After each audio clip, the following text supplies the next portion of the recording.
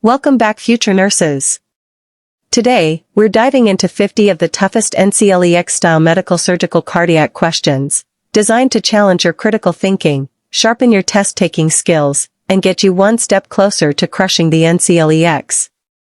Remember, don't just guess the answers, pause the video, think through each question, and then check your rationale.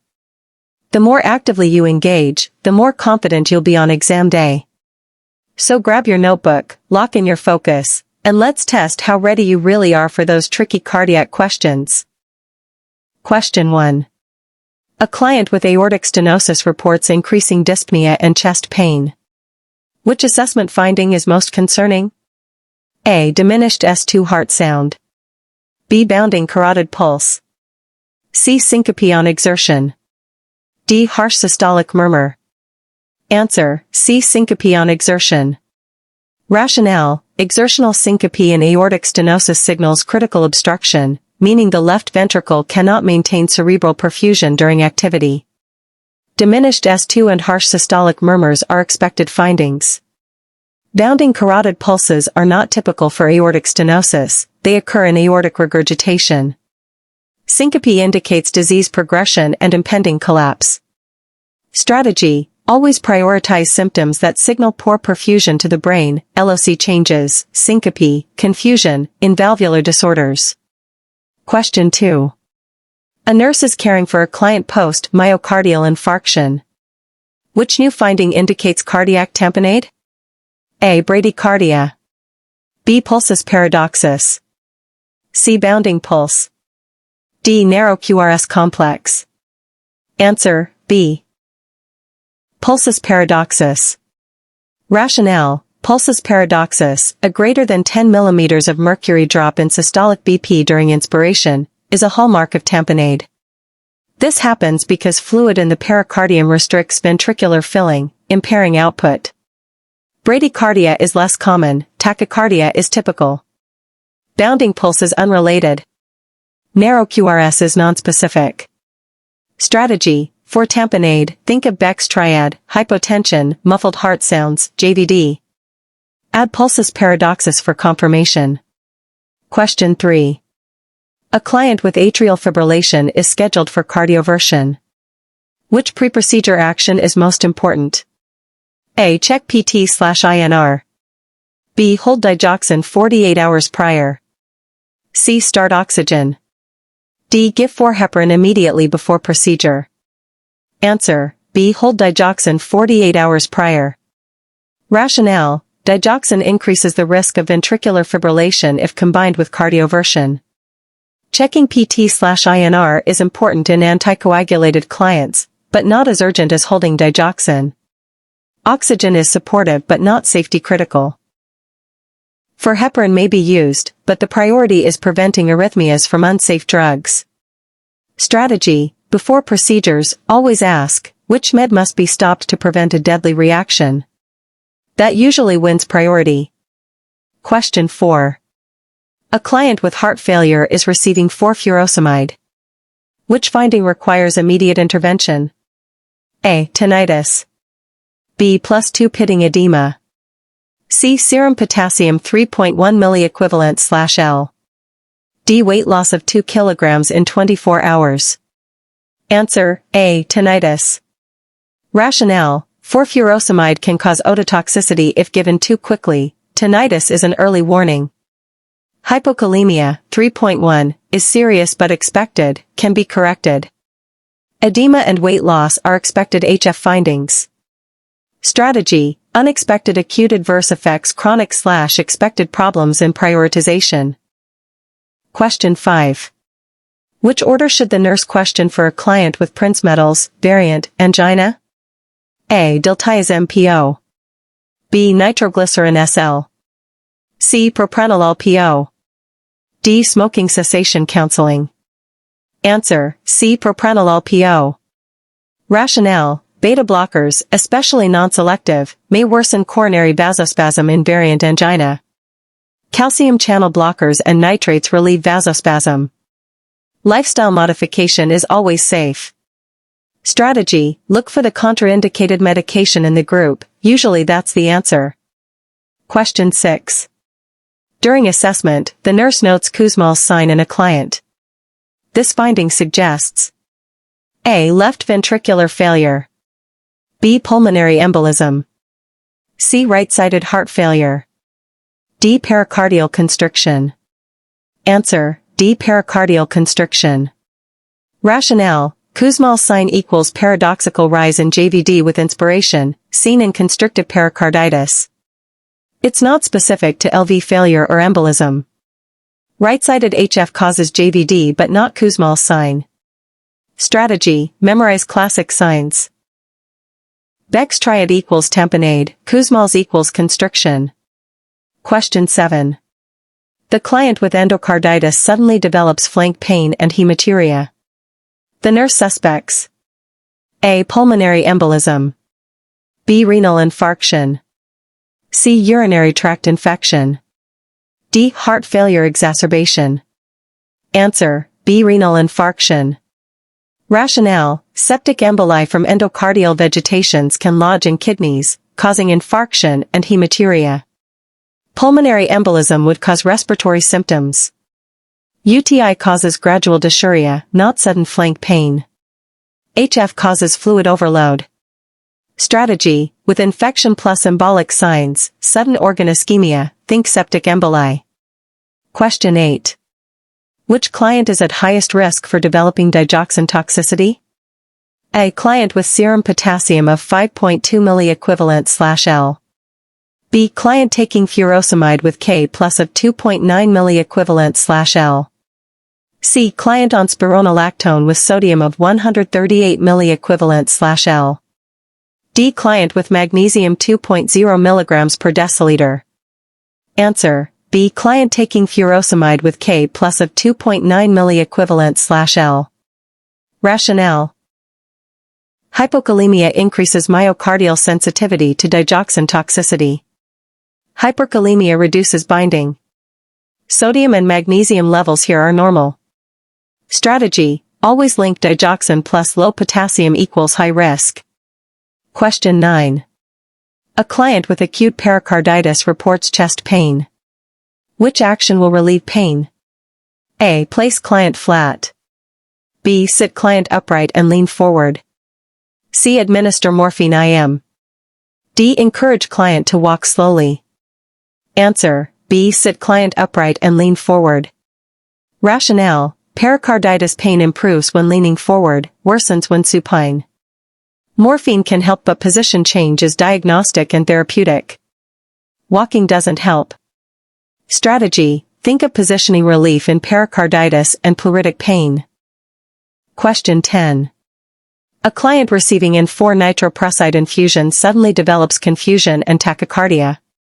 The nurse suspects A. Hypokalemia, B. Cyanide toxicity, C. Rebound hypertension, D. Fluid overload. Answer: B. Cyanide toxicity. Rationale: nitroprusside metabolizes to cyanide, causing confusion, metabolic acidosis, arrhythmias. Hypokalemia is unrelated. Rebound HTN occurs when abruptly stopped. Fluid overload doesn't cause confusion this fast. Strategy: in drug questions, remember rare but deadly adverse effects, nitroprusside cyanide. Question 11. A client with heart failure is prescribed Milrinone 4 infusion. Which assessment finding is most concerning? A. Premature ventricular contractions, B. Blood pressure 96/60 mm of mercury, C. Urine output 40 milliliters per hour, D. Mild headache. Answer: A. Premature ventricular contractions. Rationale: Milrinone, a phosphodiesterase inhibitor, improves contractility but increases risk of ventricular dysrhythmias. Mild hypotension and headache are common but not life-threatening. Urine output of 40 milliliters per hour is adequate. Strategy: with inotropes, always prioritize arrhythmias mild hypotension. Question 12. A client develops sudden chest pain after insertion of a central venous catheter. The nurse notes absent breath sounds on the right side. What is the priority action? A. Administer oxygen, B. Notify the provider, C. Prepare for chest tube insertion. D. Position the client on the left side. Answer: A. Administer oxygen. Rationale: sudden absent breath sounds post-CVC insertion equals pneumothorax. First action: apply O2 to correct hypoxemia while preparing for chest tube. Strategy: with air leaks or collapsed lung, oxygen is always first, definitive treatment later. Question 13. Which finding indicates left-sided heart failure rather than right-sided? A. Jugular vein distension. B. Peripheral edema. C. Crackles in the lungs. D. Hepatomegaly. Answer: C. Crackles in the lungs. Rationale: left-sided HF backs up into the lungs, causing pulmonary congestion, crackles, orthopnea. Right-sided HF causes systemic congestion, JVD, hepatomegaly, edema. Strategy: left equals lungs, right equals rest of body. Question 14. The nurse notes a client's ST segment is elevated in leads 2, 3, and AVF. Which coronary artery is likely occluded? A. Left anterior descending, LAD. B. Left circumflex. C. Right coronary artery. D. Posterior descending artery. Answer: C. Right coronary artery. Rationale: inferior wall MI, leads 2, 3, AVF, equals RCA occlusion. LAD equals anterior, V1 V4. Circumflex equals lateral, I, AVL, V5 V6. Strategy: associate lead groupings with artery territories. Question 15. A client with infective endocarditis suddenly develops left leg weakness and facial droop. What complication is most likely? A. Hypoglycemia. B. Cerebral embolism. C. Carotid artery stenosis. D. Brain abscess. Answer: B. Cerebral embolism. Rationale: emboli from heart vegetations can lodge in brain stroke symptoms. Hypoglycemia doesn't fit. Carotid stenosis is chronic. Brain abscess is rare and develops slowly. Strategy: in endocarditis, always suspect embolic events with sudden neurochanges. Question 16. A client is receiving formoterone for ventricular tachycardia. Which finding requires immediate intervention? A. QT interval prolongation. B. Bradycardia HR 58 BPM. C. Nausea and vomiting. D. Mild dizziness. Answer: A. QT interval prolongation. Rationale: amiodarone can cause torsades de pointes with QT prolongation life-threatening. Bradycardia is expected. GI upset and dizziness are minor. Strategy: watch for ECG red flags in antiarrhythmic therapy. Question 17. The nurse prepares to administer adenosine 4 for supraventricular tachycardia, SVT. Which action is essential? A. Administer over 2 minutes. B. Flush immediately with saline. C. Place client supine with feet elevated. D. Hold breath during administration. Answer: B. Flush immediately with saline. Rationale: adenosine has a very short half-life, less than 10 seconds. Must give as a rapid 4 push followed by saline flush to reach the heart quickly. Administering slowly renders it ineffective. Strategy: always recall adenosine equals rapid push plus flush. Question 18. A client is admitted with acute aortic dissection. What medication will the nurse anticipate? A. For Nitroprusside. B. For beta blocker, e.g., labetalol. C. Digoxin. D. Dopamine infusion. Answer: B. For beta blocker. Rationale: beta blockers reduce shear stress by lowering HR and BP. Nitroprusside may be added but only after beta blocker. Digoxin and dopamine worsen workload. Strategy: in aortic dissection. Beta blocker first, then vasodilator. Question 19. A client with myocardial infarction is prescribed TPA, tissue plasminogen activator. Which history finding is a contraindication? A. Stroke 2 years ago. B. Peptic ulcer disease 6 months ago. C. Recent head trauma 2 weeks ago. D. History of diabetes. Answer: C. Recent head trauma 2 weeks ago. Rationale: major contraindication to thrombolysis equals recent intracranial bleeding risk, here trauma, surgery, hemorrhagic stroke. A 2-year stroke is distant, PUD is relative. Diabetes is not contraindication. Strategy: always look for bleeding risks within 3 months for TPA. Question 20. A client with peripheral arterial disease, PAD, reports pain in the legs when walking that resolves with rest. What is this symptom called? A. Dependent rubor. B. Intermittent claudication. C. Rest pain. D. Neuropathy. Answer: B. Intermittent claudication. Rationale: classic PAD symptom equals pain during activity relieved by rest. Rest pain equals later stage PAD. Rubor equals redness when leg is dependent. Neuropathy equals nerve issue. Strategy: for PAD, match, activity equals claudication, rest equals ischemia. Question 21. The nurse notes a client's serum potassium is 6.3 milliequivalent/L. Which ECG change is expected? A. U waves. B. Prolonged QT interval. C. Peaked T waves. D. ST depression. Answer: C. Peaked T waves. Rationale: hyperkalemia tall, peaked T waves risk of asystole. Hypokalemia U waves. Prolonged QT equals hypocalcemia. ST depression equals ischemia. Strategy: always link K plus levels with ECG, high equals peaked T, low equals U wave. Question 22. A client with unstable angina receives morphine for. The primary action of morphine is to A. Increase preload. B. Decrease myocardial oxygen demand. C. Improve conduction through AV node. D. Dilate renal arteries. Answer: B. Decrease myocardial oxygen demand. Rationale: morphine relieves pain, decreases preload and afterload, reduces anxiety, less oxygen demand. It does not improve AV conduction or renal perfusion. Strategy: always connect morphine to O2 demand reduction in cardiac clients. Question 23.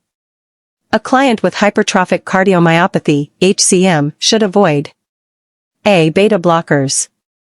B. Strenuous exercise. C. Anticoagulation therapy.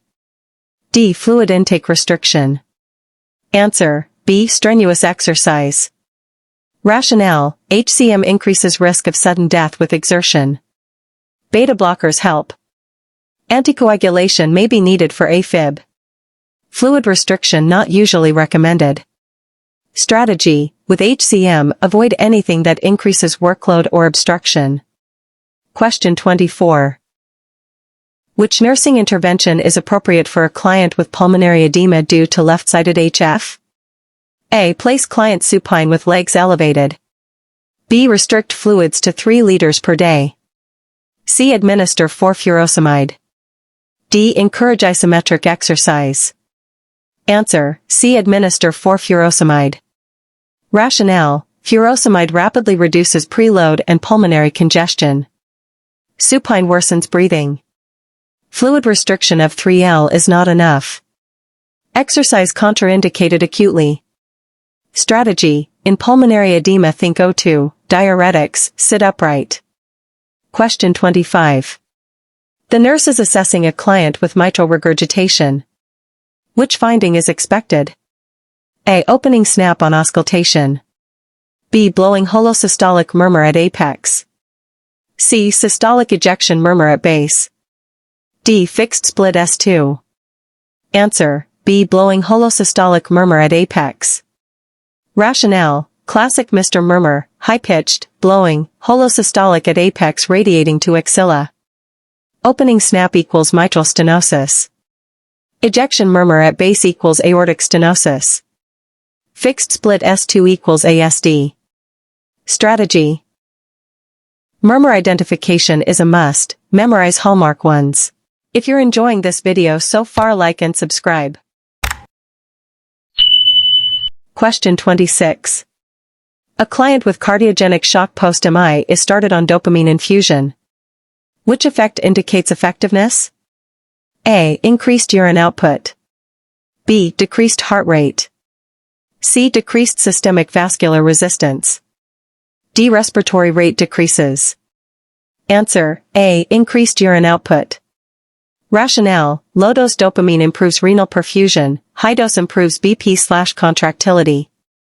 Urine output is best indicator. HR may rise, not fall.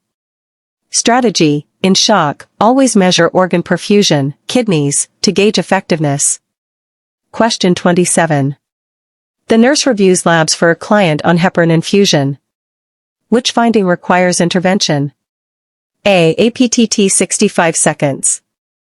B. Platelet count 45,000.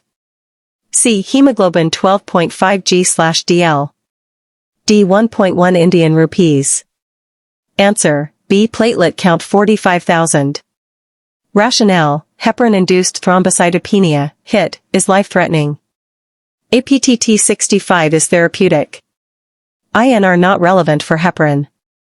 Hemoglobin normal. Strategy: always prioritize HIT over therapeutic lab variations. Question 28. A client with unstable angina is receiving 4-nitroglycerin. Which nursing action is most important? A. Use non-opaque tubing. B. Monitor blood pressure frequently.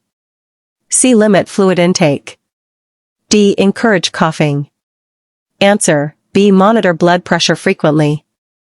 Rationale: nitro causes vasodilation hypotension risk. Tubing should actually be opaque. Fluid intake not restricted. Coughing irrelevant. Strategy: with nitro 4, always monitor BP closely. Question 29. A client develops ventricular fibrillation. What is the nurse's priority action? A. Administer epinephrine. B. Perform immediate defibrillation. C. Start chest compressions. D. Give amiodarone. Answer: B. Perform immediate defibrillation. Rationale: VF equals shockable rhythm. CPR if no defibrillator present immediately, but priority is shock ASAP. Meds follow. Strategy: in VF/pulseless VT, shock first, CPR second, meds later. Question 30. A client with rheumatic fever is admitted. Which assessment finding indicates progression to rheumatic heart disease? A. Erythema marginatum rash. B. Polyarthritis. C. Chorea, involuntary movements. D. New murmur at apex. Answer: D. New murmur at apex. Rationale: valvular damage, mitral regurgitation/stenosis, signals progression to chronic heart disease. Rash, arthritis, chorea are acute manifestations. Strategy: look for long-term structural damage versus acute inflammatory signs. Question 31. A client with aortic regurgitation reports palpitations. Which finding supports this diagnosis? A. Narrow pulse pressure. B. Water hammer pulse. C. Opening snap on auscultation. D. Mid-systolic click. Answer: B. Water hammer pulse. Rationale: aortic regurgitation causes bounding peripheral pulses, Corrigan's or water hammer pulse, due to rapid upstroke and collapse. Narrow pulse pressure equals aortic stenosis. Opening snap equals mitral stenosis. Mid-systolic click equals mitral valve prolapse. Strategy: for murmurs/valves, memorize classic hallmark pulse or sound associations. Question 32. A client with constrictive pericarditis has severe edema and ascites. Which diagnostic test best confirms the cause? A. Chest X-ray. B. Echocardiogram. C. CT scan of chest. D. Cardiac catheterization. Answer: D. Cardiac catheterization. Rationale: cardiac cath shows equalization of diastolic pressures in all chambers, hallmark of constrictive pericarditis. CXR/CT may show calcification but not function. Echo shows thick pericardium but cath confirms. Strategy: for functional confirmation, think cath, for structure, think imaging. Question 33. A client post-CABG, coronary artery bypass graft, reports sudden sternal chest pain that worsens with deep breathing. The nurse suspects: A. Myocardial infarction. B. Pericarditis. C. Pulmonary embolism. D. Sternal wound infection. Answer: B. Pericarditis. Rationale: post-pericardiotomy syndrome equals pericarditis after cardiac surgery. Pain is sharp, pleuritic, worse supine. P. Pain is pleuritic but usually with dyspnea.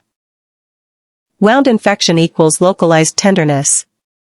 MI equals crushing pain. Strategy: post-op CABG chest pain? Rule out pericarditis first. Question 34. Which client is at highest risk for developing torsades de pointes? A. Client taking digoxin with K plus 2.9 milliequivalent/L. B. Client taking sotalol with prolonged QT interval. C. Client with atrial fibrillation on warfarin. D. Client with heart failure on furosemide. Answer: B. Client taking sotalol with prolonged QT interval. Rationale: QT prolongation predisposes to torsades. Digoxin toxicity causes other arrhythmias, not torsades. Warfarin doesn't cause torsades. Furosemide may predispose, low K/mg, but not as direct. Strategy: always link torsades equals QT prolongation plus certain meds. Question 35. A nurse prepares to give carvedilol to a client with heart failure. Which assessment finding is a contraindication? A. Blood pressure 106/64 mmHg. B. Heart rate 46 bpm. C. Crackles and basses. D. Weight gain 2 pounds. Answer: B. Heart rate 46 bpm. Rationale: beta blocker slow conduction, HR less than 50 equals whole dose. Mild hypotension or crackles are expected in HF. Weight gain requires monitoring but not immediate hold. Strategy: with beta blockers always check HR first. Question 36. A client with deep vein thrombosis, DVT, suddenly develops severe shortness of breath and chest pain. What is the priority action? A. Place client in Trendelenburg. B. Start oxygen therapy. C. Call rapid response team. D. Give subcutaneous heparin. Answer: B. Start oxygen therapy. Rationale: classic pulmonary embolism presentation. Oxygen corrects hypoxemia while emergency response is activated. Trendelenburg worsens breathing. SQ heparin is prevention, not treatment. Strategy: in sudden SOB plus chest pain with clot history, always oxygen first. Question 37. A client is prescribed clopidogrel after stent placement. Which statement requires teaching? A. I should report black stools to my provider. B. I can stop taking this medication once my chest pain resolves. C. I may bruise more easily while taking this drug. D. I will take this medication with food to avoid stomach upset. Answer: B. I can stop taking this medication once my chest pain resolves. Rationale: clopidogrel prevents stent thrombosis, must be continued long-term. Reporting bleeding and bruising is correct. Taking with food is safe. Strategy: watch for non-compliance or early stopping of antiplatelets in PCI clients. Question 38. A client with unstable angina is scheduled for a stress test. Which finding requires cancellation of the test? A. Serum potassium 3.5 milliequivalent/L. B. Troponin I 0.8 nanograms per milliliter. C. Hemoglobin 11G/DL. D. Resting HR 58 bpm. Answer: B. Troponin I 0.8 nanograms per milliliter. Rationale: elevated troponin equals acute MI stress test contraindicated due to risk of worsening ischemia. Mild anemia and bradycardia are not absolute contraindications. Strategy: stress test never with active MI, positive troponins, chest pain. Question 39. The nurse is assessing a client with right-sided heart failure. Which finding is expected? A. Crackles in lungs. B. Dependent edema. C. Orthopnea. D. Pink frothy sputum. Answer: B. Dependent edema. Rationale: right HF equals systemic congestion, JVD, hepatomegaly, ascites, edema. Left HF equals pulmonary congestion, crackles, orthopnea, frothy sputum. Strategy: think, right equals rest of body, left equals lungs. Question 40. Which electrolyte imbalance is most dangerous for a client on digoxin therapy? A. Hyperkalemia. B. Hypokalemia. C. Hypernatremia. D. Hypermagnesemia. Answer: B. Hypokalemia. Rationale: low K+ increases digoxin binding toxicity. Hyperkalemia may also worsen, but hypokalemia is most dangerous. Sodium is less relevant. Mg abnormalities affect arrhythmias but less than K+. Strategy: always remember digoxin plus low K equals deadly. Question 41. The nurse reviews labs for a client with heart failure. Which lab best reflects fluid status? A. Troponin I. B. BNP, B-type natriuretic peptide. C. C-reactive protein. D. Creatinine. Answer: B. BNP. Rationale: BNP rises with ventricular stretch/volume overload in HF. Troponin equals myocardial injury. CRP equals inflammation. Creatinine equals kidney function. Strategy: BNP is the heart failure lab. Memorize that.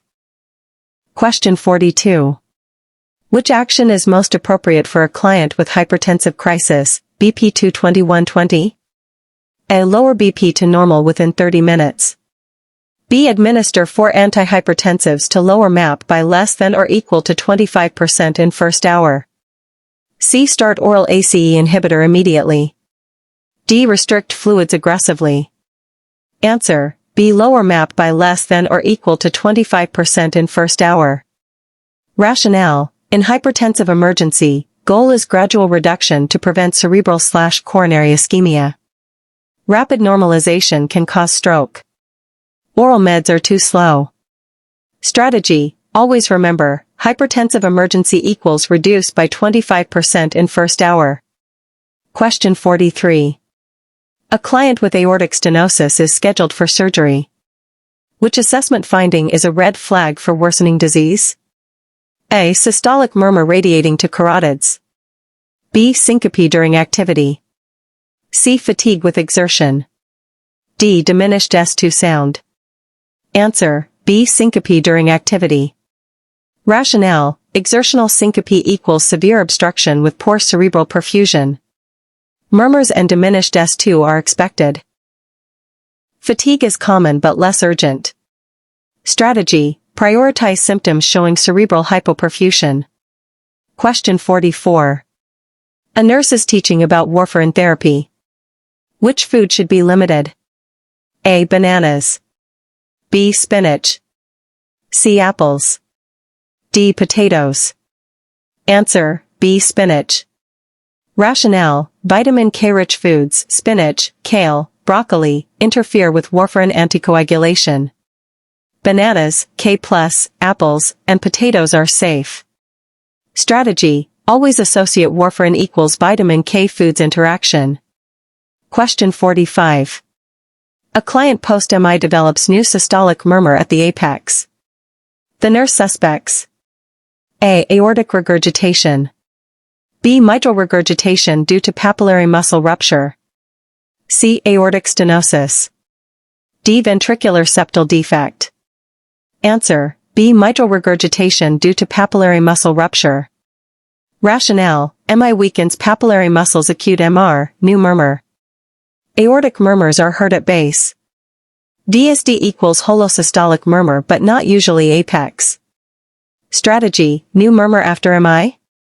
Think papillary rupture equals mitral regurgitation.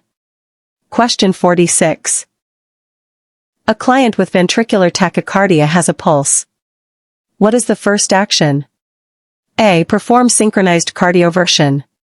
B. Defibrillate immediately. C. Start chest compressions. D. Give atropine 4. Answer: A. Perform synchronized cardioversion. Rationale: for unstable VT with pulse synchronized cardioversion. Defibrillation is for pulseless rhythms. CPR is not priority if pulse present. Atropine equals bradycardia. Strategy: always distinguish VT with versus without pulse. Question 47. A nurse is caring for a client with Raynaud's phenomenon. Which teaching is most important? A. Increase sodium intake. B. Wear gloves in cold environments. C. Avoid potassium-rich foods. D. Sleep flat with no pillow. Answer: B. Wear gloves in cold environments. Rationale: cold triggers vasospasm in Raynaud's. Sodium/potassium intake irrelevant. Sleeping flat doesn't matter. Strategy: lifestyle modifications, protect from cold, stress, are first line. Question 48. A client with Marfan syndrome is at high risk for which cardiac emergency? A. Pulmonary embolism. B. Aortic dissection.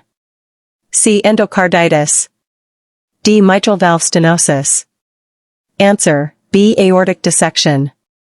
Rationale: Marfan equals connective tissue disorder, weakened aortic wall dissection risk. PE, endocarditis, and stenosis are less associated. Strategy: Marfan tall, long fingers aortic aneurysm/dissection risk. Question 49. A client with pacemaker reports dizziness and syncope. Which finding is most concerning?